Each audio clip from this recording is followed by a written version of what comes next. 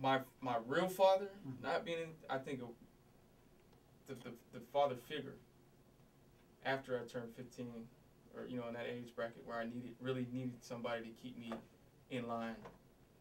That's where the problems began. Well, I had a stepdad until the age of 15. They got divorced. He was there.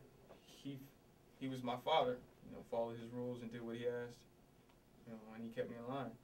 But once that person left, and there was no father figure, no structure, no, this and that, and it wasn't as much as him setting discipline and rules. It's I felt I had to do that in my own way, and I had that responsibility as a son, to be home after school, to do my homework and stuff.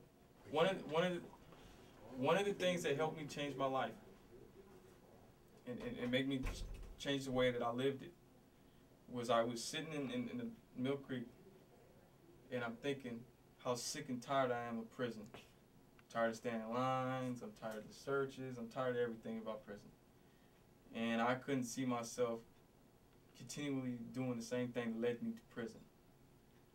There was one older guy that took a liking to me, and he was consistent with me. He was my example. And every day that we hung out with each other, he didn't mind doing what I wanted to do. And I felt that it was my duty, to show him the same kind of respect and try to change. And that's what really helped me change. I'm more outgoing. I'm more willing to take certain leaps and steps to better myself. I don't follow the crowd as far as letting the peer pressure dictate to an extent, although I've backslid a couple times. I'm more self-disciplined. I got more respect. I love myself the way I am today. I have more self-esteem. What I think needs to be done to get people from going down the same kind of road that I went down is, for one, there needs to be consistency out of whatever we do. Whether it's mentoring, the people got to constantly be there, regardless of the type of kid they get. You can't just spend a week with them or a weekend and leave them out there. And that means you got to go through the back talk, the disrespect, everything that comes with him, because that's what he has. That's what he's taught. That's inside him. And if you're not consistent to see through that and try to help mold him and change that, then he'll never change. He's just going to continue to be the same way. And because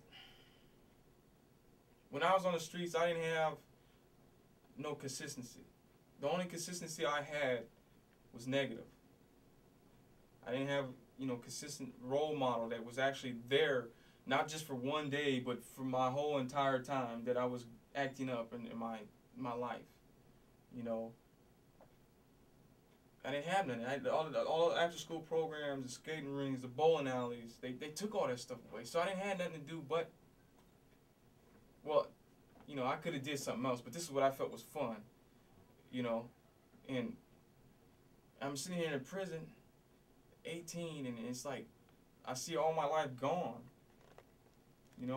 American dream house and white picket fence and all that, that's all gone for me. All the dreams that I had playing football and the army and all that, it's all gone for me, And I'm sitting here and I'm introduced these mind games, these gangs, this racism, the segregation, this violence with the staff and inmates. And it's like, man, it sucks.